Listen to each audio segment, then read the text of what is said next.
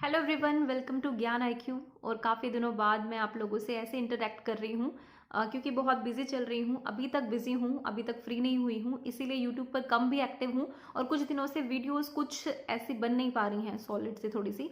तो थोड़ी प्रॉब्लम्स है, खैर जो भी है। लेकिन some students were asking about the book list of CDP child development pedagogy के लिए, कुछ लोग बुक्स के लिए पूछ रहे थे। तो so I have made this video for you all guys. और इसमें ये लाइव सेशन नहीं है, पहले तो मैं आपको ये बता दूं, this is not the live session.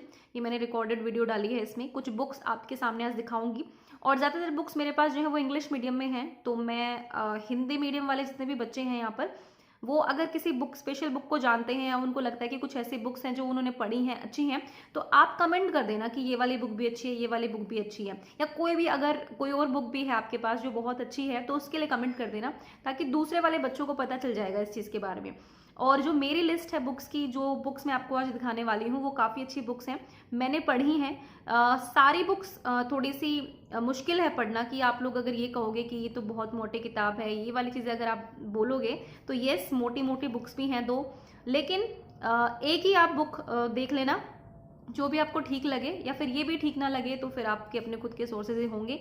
और दूसरी चीज़ ये कहना चाहती हूँ कि अपने नोट मेकिंग कीजिए, सेल्फ स्टडी के लिए बुक बहुत अच्छी हैं और अपने नोट मेकिंग साथ साथ कीजिए। साथ ही साथ जो है इन बुक्स का कंटेंट भी मैं आपको एक बार दिखा दूंगी, कंटेंट लिस्ट, ताकि आपको क्लियर हो जाए कि किस बुक में क्या है और आप क्या पढ़ना चाहते हैं। वो आपके ऊपर भी है, थोड़ा सा अपना सिलेबस देखिए। दूसरी चीज़, ये जो बुक्स मैं आपको दिखा रही हूँ ये सिर्फ KVS एग्जाम से रिलेटेड नहीं है, क्योंकि CDP जो है वो हर एग्जाम में, टीचिंग एग्जाम में आती है। तो DSSB वालों के लिए बहुत ज़्यादा इंपॉर्टेंट है, क्योंकि उनको तो बहुत ज़्यादा CD पढ़नी है और पेडागोजी छोड़ के CD भी बहुत ज़्यादा पढ़नी है उनको। क्योंकि KVS वालों के लिए सिर्फ जो है पेडागोजी ज़्यादा इंपॉर्टेंट होती है, थ्योरीज इतनी नहीं आती हैं स्टिल। लेकिन कुछ थ्योरीज तो आपको भी कवर करनी पड़ेंगी, KVS वालों को भी। लेकिन अगर आप किसी भी टेट की तैयारी कर रहे हैं, या फिर किसी भी DSSB की तैयारी कर रहे हैं, या फिर RTET मतलब RTET कुछ होता है, वो भी, उसके लिए भी वैकेंसीज निकली हैं RTET के लिए, तो वो भी जो है आप तैयारी कर सकते हैं यहाँ से। क्योंकि CD की जो थ्योरीज हैं वो थोड़ी मेन वही होती हैं जो सब एग्जाम में आती हैं।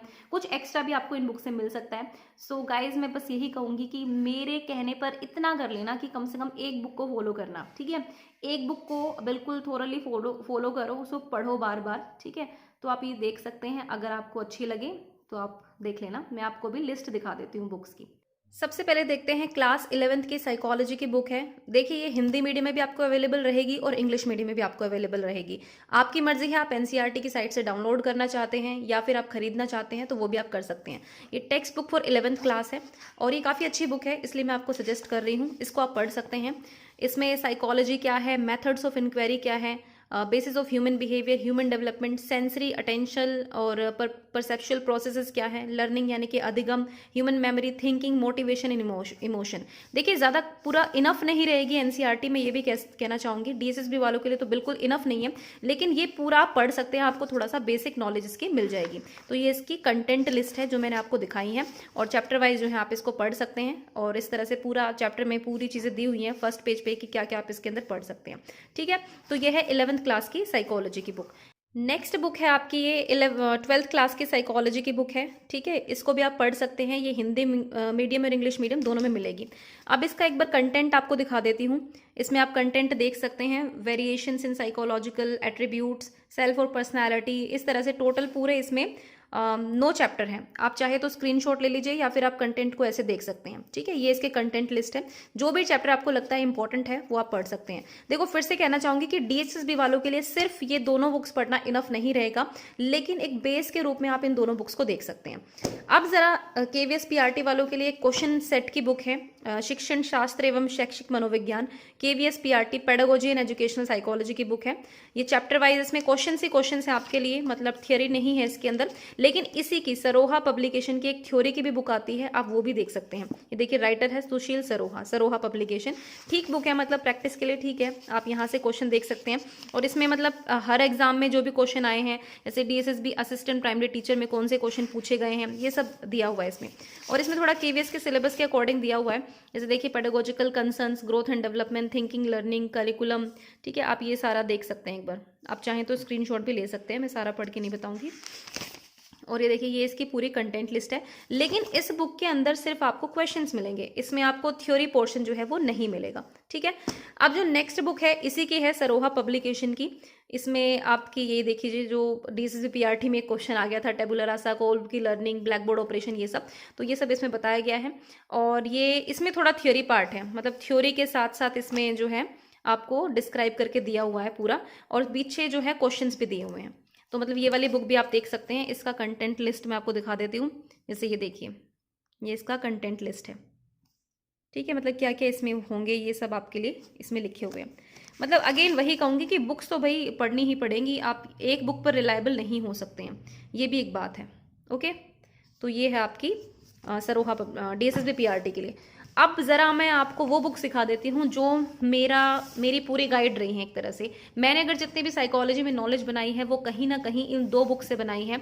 Child development and pedagogy 7th edition Laura E Berk, और child development pedagogy Anita Woolfolk, ठीक है। अनीता वुल्फोक है यहाँ पर, देखिए अनीता वुल्फोक की बुक है ये, पियर्सन पब्लिकेशन की है, और ये लोरा ई बर्ग है। ये मेरी दोनों ही बुक जो है, मैंने बीएलएड की है 4 साल, तो दोनों में ही ये बुक्स मैंने कंप्लीट की हैं।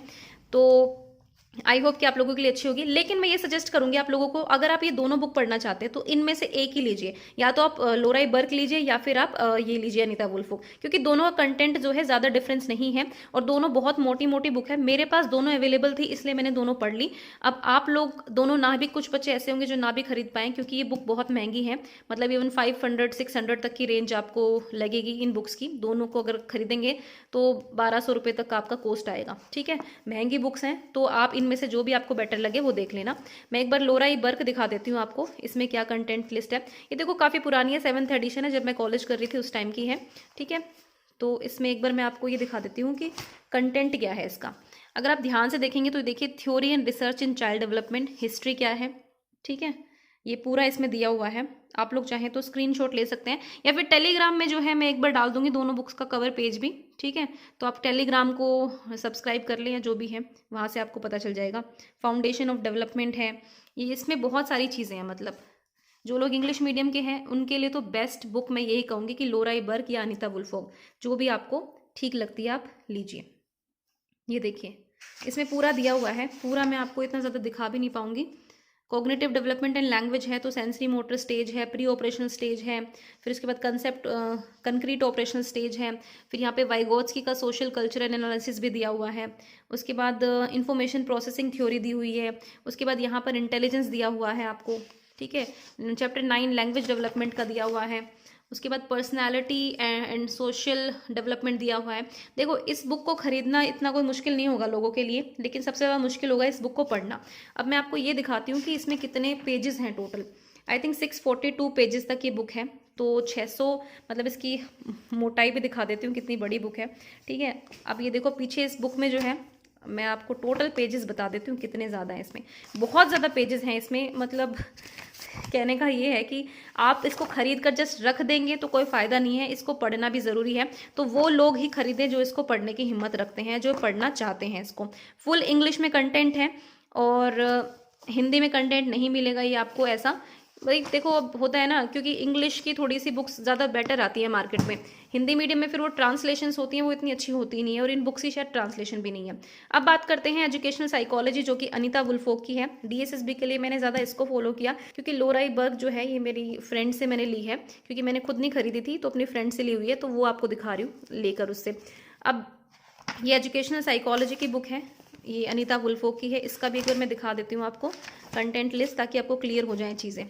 देखो, इसमें बेसिकली ये है learning, teaching, education psychology, cognitive development, self है, learner differences and learning needs है, लैंग्वेज डेवलपमेंट है, उसके बाद कल्चर है। और ये जो आपको डेट्स दिखाई दे रही है ना, ये डेट्स, ये मेरे टारगेट्स हैं जो मैंने तैयारी कर रही थी डीएसएसबी में कि मुझे इतने दिन में ये चैप्टर कंप्लीट करना है। तो मैं यहाँ लिख देती थी कि मुझे 9, 10, 17 मंडे को ये चैप्टर्स कंप्लीट करने हैं, इसको ये कंप्लीट करना है, इसको ये कंप्लीट करना है, 13 को मुझे ये कंप्लीट कर लेना है। तो मैं डेट्स लिखती थी यहाँ पर अपने टारगेट सेट करके। तो आप भी जो है बुक को आराम से पढ़ सकते हैं, बस थोड़ी ईजिली टारगेट लीजिए। और ये देखिए, ये मैं आपको दिखाना चाहूँगी, कंप्लीटेड ऑन 21 जून, 21 जून को जो है मैंने ये कंप्लीट की थी पहली बार, हालांकि इसमें ईयर नहीं लिखा हुआ है, लेकिन ये भी एक मेमोरी है जो मैंने अपने लिए लिखी हुई है यहाँ पर। और मतलब 2 बार 3 बार कम से कम मैंने ये बुक पढ़ी है, रिवीजन लिया मल्टीपल टाइम्स। तो वो ज़रूरी होता है, क्योंकि उससे क्या होता है ना कि आपको थोड़ी चीज़ें याद हो जाती हैं। देखो रटना ही पड़ेगा कुछ चीज़ों को, लेकिन अगर आप रिवीजन के साथ करते हैं तो आपको रटने में आसानी होती है और आपको ज़्यादा एक्स्ट्रा एफर्ट नहीं लगाना पड़ता। तो ये देख लीजिए इसका कंटेंट लिस्ट क्या क्या है इसके अंदर, ये आपको दिख रहा होगा, self and social and moral development. फिर यहाँ पर चैप्टर लर्नर डिफरेंसेस में क्या है, इंटेलिजेंस के बारे में बात की गई है। कल्चर एंड डाइवर्सिटी है, language development, language diversity, immigrant education. फिर अगेन वही बात कहूँगी कि ये आपको एक ये बुक पढ़नी पड़ेगी, लेकिन अगर आपको पेडागोजी में पकड़ बनानी है तो आपको इसके साथ साथ एनसीएफ पढ़ना पड़ेगा। एनसीएफ के साथ साथ आपको क्वेश्चन पेपर्स की प्रैक्टिस करनी पड़ेगी। और ये बुक्स जो हैं मैंने हालांकि सारी पढ़ी हैं, है ना, मेरे पास ये देखो 1 2 3 4 और 5 6 ये मैंने सारी पढ़ी हैं, ठीक है, ये सारी बुक्स मैंने पढ़ी हैं। लेकिन वही है कि आपका डेडिकेशन कितना है अपनी पढ़ाई की तरफ, आप कितना पेन ले सकते हैं, अपने कंफर्ट जोन से आपको बाहर आना पड़ेगा। तो ये कुछ लिस्ट है। इसके अलावा हिंदी मीडियम के बच्चों के लिए मैं कहूँगी कि अरुण कुमार की बुक है, वो मैंने देखी हुई है, मैं ज़्यादा उसके बारे में बता नहीं सकती हूँ। और कोई अगर हिंदी मीडियम की बुक मुझे मिलेगी तो मैं टेलीग्राम में आपको डाल दूंगी। और क्वेश्चन पेपर प्रैक्टिस करने के लिए कुछ आप और बुक्स को रेफर कर सकते हैं, मतलब अगर आप जहाँ पर रहते हैं वहाँ पर कोई और बुक भी प्रचलित हो सकती है, तो वो चीज़ भी आप देख सकते हैं। सो गाइज ये थी बुक लिस्ट, मैंने आपको सारी बुक्स सिखा दी जो मेरे पास थी, जिनसे पढ़कर मैंने तैयारी की है। आप चाहते हैं तो कुछ और भी पढ़ सकते हैं। एनआईओएस के नोट्स भी लोग कहते हैं कि एनआईओएस के नोट्स भी बहुत ज़्यादा इंपॉर्टेंट है, मतलब एनआईओएस की जो बुक्स हैं, लेकिन मुझे लगता है इनफ नहीं है, वो पूरी तरह से आपके लिए बेटर नहीं रहेंगी। उनके साथ साथ आपको 2-3 सोर्सेज से और पढ़ना पड़ेगा। तो आपके सोर्स जो है कम से कम लिमिटेड रखो, ऐसा नहीं है कि सिर्फ एक से पढ़ना है, 2 या 3 सोर्सेज रखो, लिमिटेड रखो। ये नहीं कि आप 10-12 सोर्सेज से पढ़ रहे हो, लेकिन उनको थोरोली पढ़ो, उनको मल्टीपल रिविजन दो। सो ये थी कुछ बुक्स जो मेरे पास थी, मैंने आपको बता दी हैं। इसके अलावा आप एनसीएफ पढ़ सकते हैं, एनसीएफ में काफ़ी अच्छा कंटेंट है, एनसीएफ पढ़िए। और कोई भी चीज़ आपको मिलती है, आपको बीएड के नोट्स मिलते हैं कहीं से, या फिर अपने डाइट के वहाँ के नोट्स आपके पास हैं, तो उनको भी आप स्टडी कीजिए। ओके गाइज, तो ये थी चाइल्ड डेवलपमेंट एंड पेडागोजी की कुछ बुक्स। आई होप कि आपको ये वीडियो पसंद आई होगी। थैंक यू फॉर वॉचिंग ज्ञान IQ।